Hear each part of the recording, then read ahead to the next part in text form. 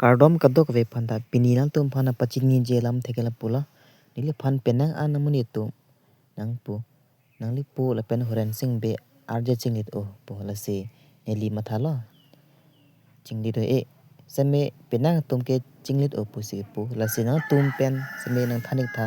nili po arje la pen horen sing be chingli jatma nili po men ke ranjan ing hi la pen pu bang horen sing be akur da pregla la se ko son se arje la chinglit pama la se nang tum sme lang ik tha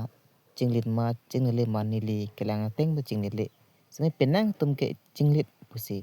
kanang je mane la nili po sme atehang chu ve la photo chikup chok pa la photo bon se je hek chok pa la horen sing be ason thola chu bangge arje bangge nili chinglit pu pe hai sme achu style ma ta hoklo nili pu sme achu ke atehang nga be nai lunia la horen sing be son tholo sme arje bangge nili kelang ma ke chinglit e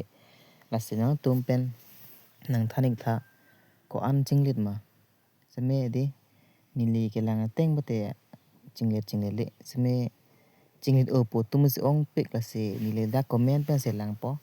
chinglit o po tum tong ki ong ma chinglet putong ki pu ki ong ma la se la da comment ong le che than che pare na